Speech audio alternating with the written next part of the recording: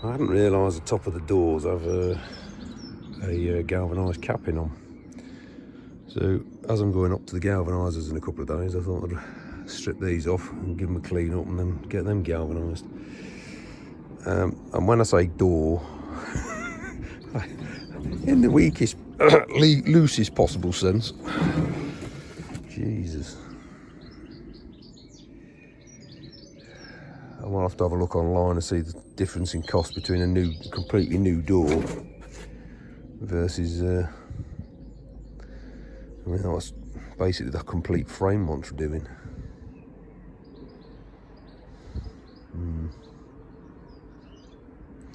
The other one's the same, not quite as bad.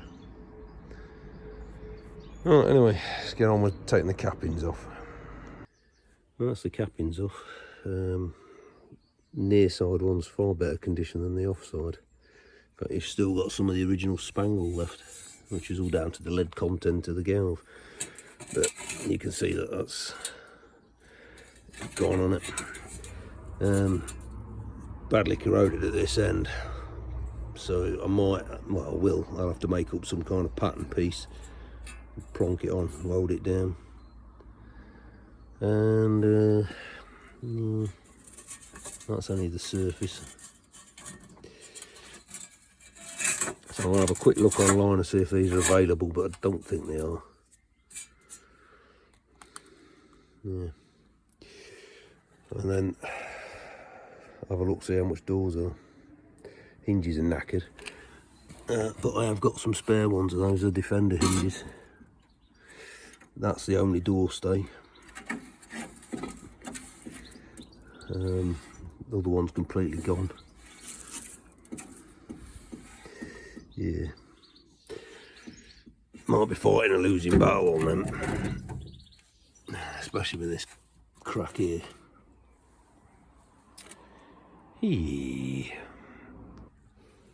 Well, I wasn't sure whether I was going to get any metal out of this, but we'll clean it up. And that can go off for galvanising as well. That looks a bit better. Just needs a bit of deburring on the inside. That's the original. It's close enough. I think that's come out all right. Couple of pits. Nothing the galvanised won't even out a bit. 50 quid for a set of used, well, it's 50 quid each for used ones, so time well spent. Cleaned that up, took out a hideous crease that I hadn't even seen it there, and a huge great dent there. So it's very, very slightly distorted now, but I'm pretty sure the cowl on the bulkhead sits over the top of that. I don't know whether there's some kind of gasket or something in between it. But there's these clips that go over the holes for the screw to go through, castle screws or something like that.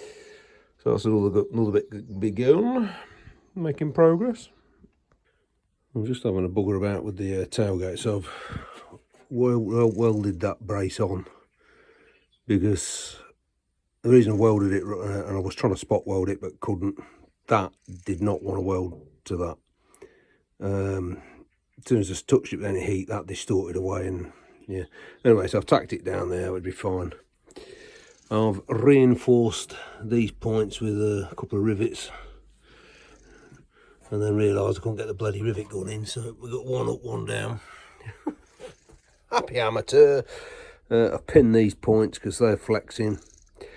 So that is a bit like a flexible noodle. It's certainly not a rigid structure, which wouldn't be a big problem apart from when I put on the steel galvanised facing piece, which came off, and it will pull back on, but in the process of it pulling back on, it's distorting the panel, and I can't work out how the hell to get that thing to sit flat. It's kind of like, I think they call it tin canning. and therefore know it needs some shrinking work done on it, but I just haven't got the skills to work that out, and it's quite thick, probably 60 thou thick, or certainly 40 thou, and it's mild steel.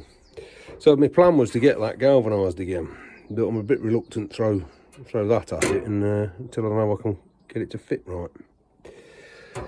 But yeah, so sides aren't too bad. They'll pull in down there, you see, they're not too bad. But then this bit,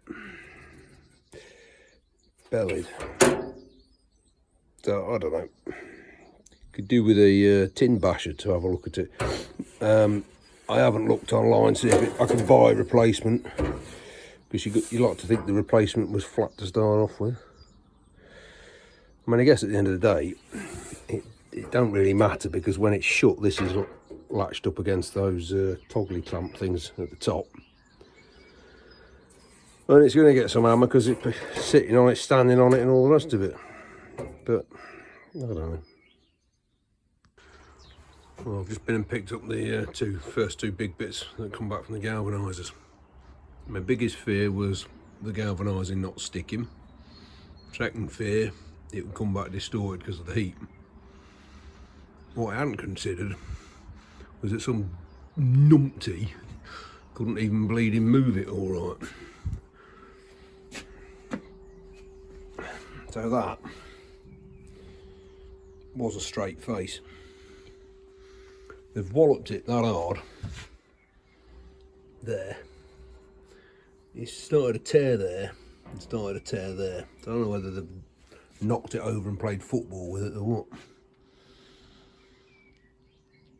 They gave me a delay of was it 3 days, because apparently it was badly streaked. So they stripped it all back and put it back through the wash tank. But yeah, that's just bad handling, isn't it? So I've got to try and straighten that out now. When I went to pick it up, it was sitting upside down on these. So, yeah, slightly miffed. The front panel, ooh, that's coated all right. It's got a bit of a warp, but not enough to worry about. I'll probably square it out anyway. So it just wants cleaning up now.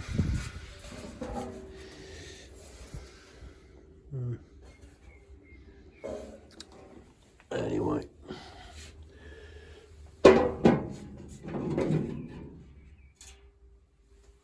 I've got to go over it with a tooth comb and see what else I can find. Running out of ideas now. Well, it's somewhat light, but it's still, what, 3/4 of an inch out of plonk there. So that bit's been pushed back, which has caused that bit to go in and push this bit out. Oh, bloody hell. Well, I've buggered about with it for about an hour now, and the long and the short of it is where it's been impacted, the metal's stretched and I can't get it back to flat. You can see it's soft as hell as well, where I've had the clamps. I've decided I'm going to leave that and leave that and leave that and that, which are all the impact points and wrinkles, because if I knock that out, it will make that longer, which is pushing that bit back. And same with that, if I make that, do anything with that, it's changing the angles. But it's all covered up, and that's behind the screen, so the only thing I've really got to be careful of is I need to really get the screen down and fit it between its mount points, so that when it swings up, I've got a flat face along there, which is what its bottom edge seals on, and I think that just sits behind the base of the frame. It just looks a bloody mess. Not happy. Well, no, I'm actually quite annoyed, especially after all the bloody aggro I've gone through with it, but it is what it is. So I am going to call it a day, because I've had enough. Everything hurts, and might have a day off and do something different. Well, a bit of a cleaning up job on the threads, and yeah, clearly galvanising with bolts in threads to keep them clear wasn't a good solution. So all the threaded holes have got to be redone. I've had a couple of bolts shear off, but it's pulled the sides in about 1/8 of an inch, but I managed to get the bolts partially through and then wound them in, so that's nice and taut at the bottom. Screen's on, looks all right from the front, looks all right from the side. Just don't look down that too much. You can see where all the damage, and there's no way of getting that out that I can come up with anyway. So I might have to put some kind of foam filler behind here, I think. I don't know. I'm not entirely sure what went on originally, so I'll have to have a look in the book. But I mean, the dashboard sits on top of there, just filling that gap, so maybe some soft foam. I don't know. Anyway, these all need drilling out and retapping to hold the clamps in position. The bolts are put in have been taken out for some reason and filled up, and then they're sheared off. So yeah, all good fun. Still not entirely sure what these little tabs here are for, because they've been bent and buckled so many bleeding times.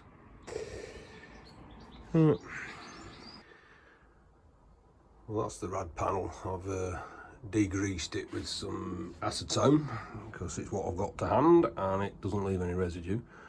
And I've just given it a wipe over with some tea wash. That stuff. Because that etches the galvanizing ready for paint. I'm also going to be using an etch base primer, etch primer, sort of belt and braces job. And then the literature says if there's any residue of acidity left in the etch primer or on surfaces, it can react to the epoxy primer filler. Oh, for God's sake. So I'm working on the basis of the guy that got me the epoxy primer filler knows what he's doing. It's been his career, he's done it all his life.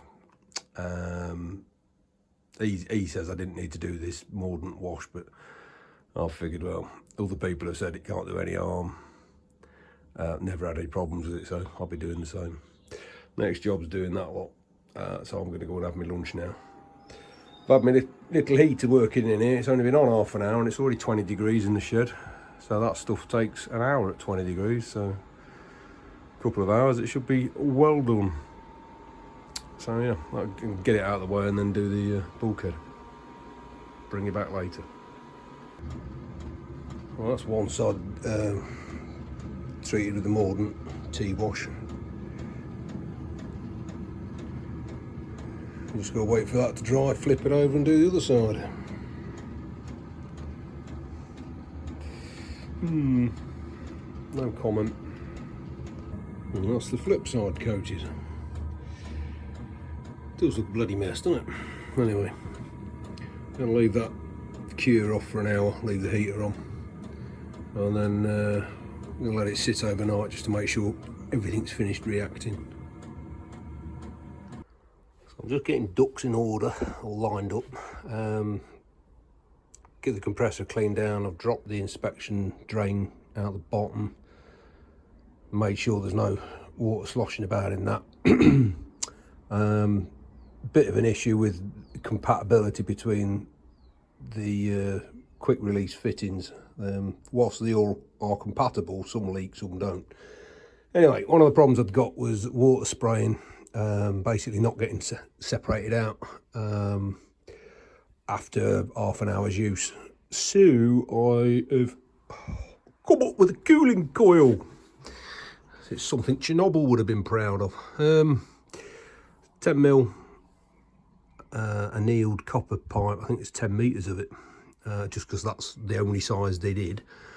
I've got a T-piece there, and basically a slow coil, large diameter down to the bottom, T-piece draining down, and then out the other side of it, a tight coil up to the top. So in feed comes in around the outside to there. That should be the lowest point by the time I've finished messing about, and then I can drain it off whatever's collected in that short length there. Got it. Never done any soldering of pipe work before, but that was education. Who needs plumbers? Look at that. And in a couple of years' time, I'll be able to recover the solder. Anyway, the idea is stick that lot in a bucket of cold water, and it should separate out the bulk of the wet air. As in, separate the water condensing out. I have got water separators, but they're only inline ones, and I'm not convinced they're much cop unless you get them a long way off from the compressor, so the air's got a chance to cool down. So this was me basically quick fix. Just add it up to 100 psi, 20 minutes, no leakage, so I'm happy with that. The bore on that is the same size as the bore on that. There might be a bit of a restriction on the fittings, but it's not, you know, it's the same as the outfeed on the compressor. So that's another job done. Last job is to get my hanging apparatus cleaned up and strapped into the roof, and then I'm pretty much there. Can start spraying again. Went down to the galvanizers this morning, picked up the last bits. So there is, that's the bit that goes over the tunnel, nicely bashed as usual. Don't think we'll be going again. I got a bit of bashing to get that cleaned out, straightened up, deburred. And then these are all the bits that came off the tailgate. I don't know what they've done with those, but I don't know why that's not bright. Bit odd. It's almost like they've not bothered doing that one. You can see it because they both got the same cleanup. So I don't know. Cappings came off reasonably alright. And there's just some crap to clean off. But the door cappings, so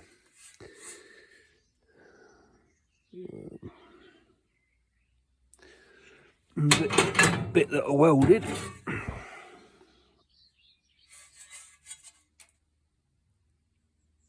So yeah, could have been worse. Another bit was, that's the framework, which looks brand new, doesn't it?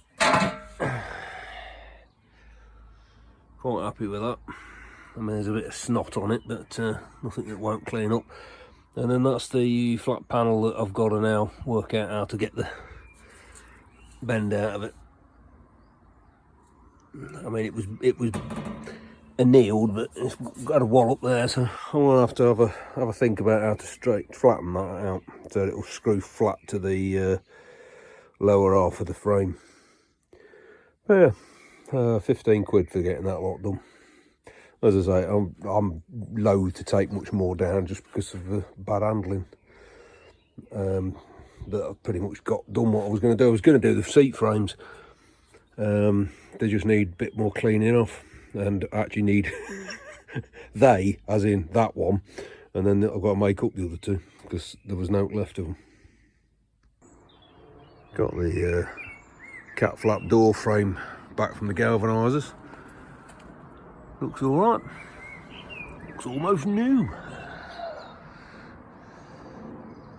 One of the bits I didn't check after welding up the bulkhead was whether this bit's still fitted, because I figured it can't be that far out.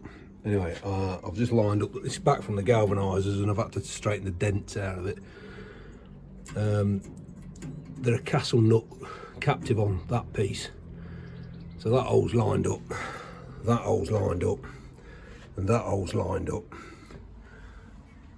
and we're half a hole out here, so that bit is a bit too low, so I need to have a scratch my head. Reason for checking it is I'm just going to get this prepped up for painting whilst I'm waiting for all the sealer to dry. It's not a million miles off, but must be better than that, I think. So I either open up the hole on that and adjust the nut position, which I think is going to, because this I'm pretty sure it goes over the top. It's not doesn't go underneath it. So gotta have a think. But this thing's definitely shifted when it's been galvanised, but it's hard to tell where. So I'm going to try itching it along, but I don't think it's going to itch along and go down. I think that when I've tacked that back in position, it's pulled it out a bit. Anyway, you'll note, the smarter of you will notice I've all turned it round, because I've got better lighting this side and I can see the thin patches easier. So it'll have another coat, see there, and on the inside of that wall. So I'll do the next coat this way round and then try and even it all out a bit. Well, I've stretched the inside hole and I've just got three fixings, one there, one on top, one on the bottom. And that one lines up fine. The only issue is that there's, I don't know, half inch, no, a bit less than half inch, maybe 3/8 of an inch gap there. And that runs around and then it's hard on around here. Now there's a big clump of galvanised stuck on this corner, which I would have thought that would hold it off, but anyway, there's a big clump of ground to load out of that, and that shifted it over a little bit. And there's a little bit of twist on this. It's evidently pulled a bit. I mean, I welded a piece in here because it was all rotten and gone, and I've welded this bottom tag on here, but I don't know. It'll be somewhere for the water to run out, I guess. A vague recollection when I took it off, the underside of this had got a load of dum-dum around it. So that might be because it weren't a very good fit in the first place. So we'll probably put some neoprene on or something like that. Anyway, let's pin it down. You can't quite hear it out there. And the sealer's going off all right, so I shall take this off. I'm going to give that and a couple of other bits of mordant wash tonight or tomorrow, and then they can wait and be sprayed up when I do the radiator panel, which is basically once I've got this top coated and out of the way. I've got multiple small bits to do, but I can't do them at the same time because I ain't got space. There we go.